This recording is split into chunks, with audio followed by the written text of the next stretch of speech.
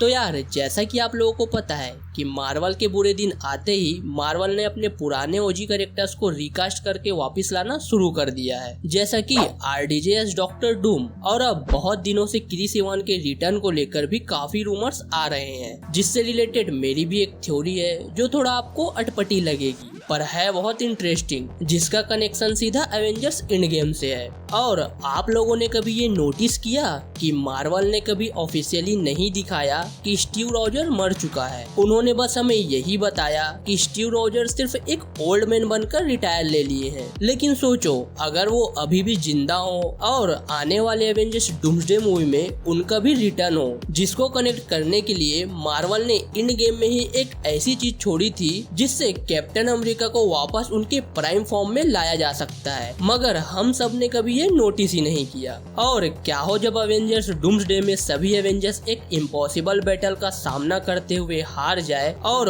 उनको जरूरत हो एक असली लीडर की, तभी ब्रूस बैनर बोलेगा कि guys I think I can bring him back, और फिर एक आवाज बैटलफील्ड में गूंजेगी कि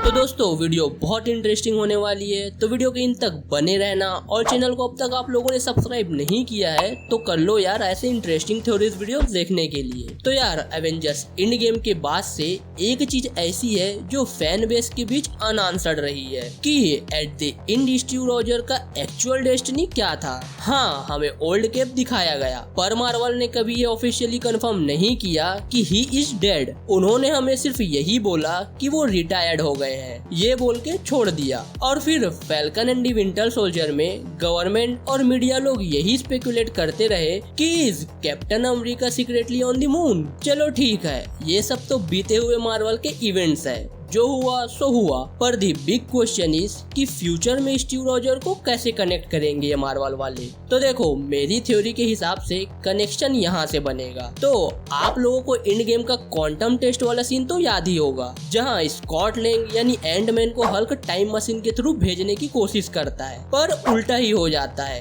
कभी स्कॉट बच्चा बन जाता है, कभी बूढ़ा, एक बार तो बेबी बन गया था। और नोटिस करना बैनर ने वहाँ पर खुद कहा था I think it's Scott who's getting time travel through, not time through Scott. मतलब स्कॉट ट्रेवल नहीं कर रहा था बल्कि स्कॉट के अंदर टाइम ट्रेवल कर रहा था, इसलिए उसकी एज कभी आगे जा रही थी कभी पीछे। और उस मोमेंट में एक्सीडेंटली एक डी एजिंग मैकेनिज्म डिस्कवर हो गया था, टाइम मशीन नहीं। और यही वो हिडन सीड है जो मार्वल ने डिलिबरेटली छोड़ा होगा फ्यूचर पे ऑफ के लिए, कि कभी उनको किसी कैरेक्टर को वापस लाने की जरूरत पड़े तो इसका वो फ्यूचर में यूज कर सके। और अब अगर फास्ट फॉरवर्ड करें तो मार्वल के करंट फेस में मल्टीवर्स कोलैप्स हो रहा है, डूम लेवल थ्रेट्स राइज हो रहा है और अर्थ माइटेस्ट हीरोज के पास लीडरशिप की जगह खाली है। उधर अपना सैम विल्सन नया कैप्टन अमेरिका बनने की कोशिश कर रहा है, लेकिन लेट्स बी रियल, जब एवेंजर्स को फाइनल कॉल चाहिए होगा वो एक ही इंसान से आएगा। और तभी ब्रूस बैनर को याद आएगा कि स्टीव ने उसे लास्ट टाइम बोला था कि जब कभी भी दुनिया को उसकी जरूरत होगी तब मुझे बुला लेना। और ब्रूस तभी एक डिस्परेशन मोमेंट में बोलेगा कि guys I think it's time to bring him back. और फिर ब्रूस एंड गेम में एक्सीडेंटली बने उसी डी एजिंग मशीन की मदद से फिर से स्टीव रॉजर को एकदम प्राइम फॉर्म में वापस लाएगा। एंड देन उस बैटल के बीच जब सबको लग रहा होगा कि सब खत्म हो गया, तभी एक फेमिलियर आवाज गूंजेगी एवेंजर्स असेंबल बोलकर। तो ये तो थी मेरी एक छोटी सी theory, but the big question is कि मेरी ये थ्योरी मार्वल के यूनिवर्स के रूल्स और कहानियों के हिसाब से क्यों सही लगती है। तो देखो मार्वल ने कभी स्टीव रॉजर की डेथ कंफर्म नहीं की, हमें सिर्फ उन्हें एक ओल्ड मैन की तरह दिखाया। उधर falcon and the winter soldier में इन्होंने एक डिलिबरेटरी मून रूमर डाला, वहीं हल्क का डी एजिंग एक्सीडेंट और रेडी कैनन है। और मार्वल वाले आरडीजे टोनी स्टार्क को भी वापस ला रहे हैं, तो स्टीव रॉजर का कमबैक लॉजिकली अब इम्पॉसिबल नहीं लगता।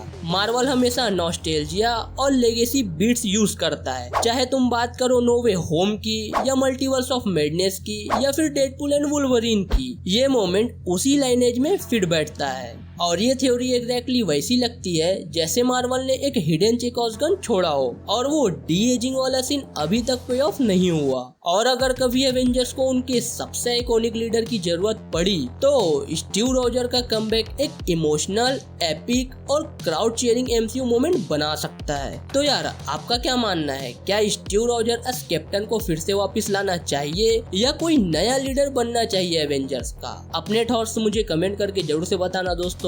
और मेरी वीडियो आपको थोड़ी सी भी इंटरेस्टिंग लगी होगी तो वीडियो को लाइक करके चैनल को भी सब्सक्राइब जरूर से कर लेना अपना सपोर्ट दिखाने के लिए। बाकी मैं मिलता हूँ आपसे किसी नेक्स्ट वीडियो में, तब तक के लिए बाय।